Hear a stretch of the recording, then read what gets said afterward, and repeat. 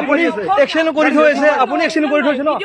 আপুনি এক্সিডেণ্ট আপুনি ভিডিঅ' কৰক আপুনি ভিডিঅ' কৰক আপুনি পলাইছে কিয় এক্সিডেণ্ট কৰি পলাইছে কিয় আপুনি লেভেলটো হ'লে নহ'ব নহয় এতিয়া আপুনি পলাইছে কিয়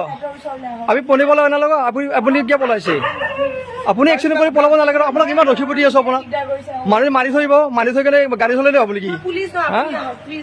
পুলিচ আনিব আপুনি এক্সিডেণ্ট কৰি কিয় পলাইছে আপুনি কিয় পলাইছে এক্সিডেণ্ট কৰি কেনে আপুনি কিয় পলাইছে এক্সিডেণ্ট কৰি কেনে আপুনি কওক কিয় পলাইছে আপুনি পলাইছে এই ফিল্ড আহি কেনে সোমাইছে এই ফিল্ড আৰু তাৰ পিছতে অভিনেত্ৰীগৰাকীক সকলোৱে সমালোচনা কৰে আৰু এই সকলোবোৰ পিছতে তেওঁ পেজত এটা ভিডিঅ' বনাই পেলাই ৰাইজৰ ওচৰত ক্ষমা বিচাৰে এই ঘটনাটোৰ বিষয়ে জনপ্ৰিয় অভিনেতা ৰবি শৰ্মাক সোধা হৈছিল কাৰণ একেখন ছবিতে দুইজনে কাম কৰিছিল আৰু তেতিয়া ৰবি শৰ্মাই কি ক'লে মই আপোনালোকক দেখুৱাই লৈছো ৰানিঙত আছিলোঁ চিনেমাখনৰ প্ৰচাৰৰ ক্ষেত্ৰত তেতিয়াও তেওঁ আমাৰ লগত নাছিল কাৰণ তেওঁ থিয়েটাৰত জড়িত এতিয়া গতিকে চলচ্চিত্ৰত কাম কৰাৰ পাছত তেওঁ থিয়েটাৰলৈ গ'ল থিয়েটাৰত ব্যস্ত আমাৰ লগত তেওঁ প্ৰচাৰৰ সময়তো নাছিলে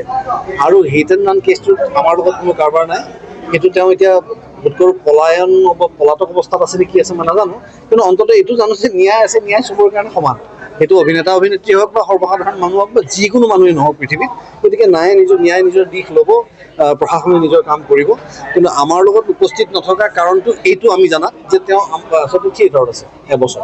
আজি তেওঁ ক'ৰবাত কিবা এটা হৈছে এইটো ছ'চিয়েল মিডিয়াত মই শুনিছোঁ এতিয়ালৈকে শুনিবলৈ পাইছোঁ গতিকে ঈশ্বৰে তেওঁক সুমতি দিয়ক কি ধৰণে তেওঁ আগবাঢ়িব লাগে আগবাঢ়ক আমাৰ তেওঁলৈ শুভেচ্ছা আছে আৰু আমাক এতিয়ালৈকে তেওঁ সহায়ৰ বাবে কোনো ধৰণৰ এপ্ৰ'চ কৰা নাই গতিকে আমি আমাৰ ভাগত আমি নিজৰ কাম কৰি আছোঁ তেখেতে তেওঁৰ কাম আপোনালোকে ইয়াৰ বিষয়ে কি ভাবে তলত কমেণ্ট কৰি জনাব পাৰে এই ভিডিঅ'টো ইমানে যদি ভাল পায় লাইক শ্বেয়াৰ কমেণ্ট কৰিব নাপাহৰিব চেনেলত যদি নতুনকৈ আহিছে তেনেহ'লে ছাবস্ক্ৰাইব কৰিব মই পাই আছোঁ আপোনালোকক অন্য এটা ভিডিঅ'ত ধন্যবাদ জয় অসম।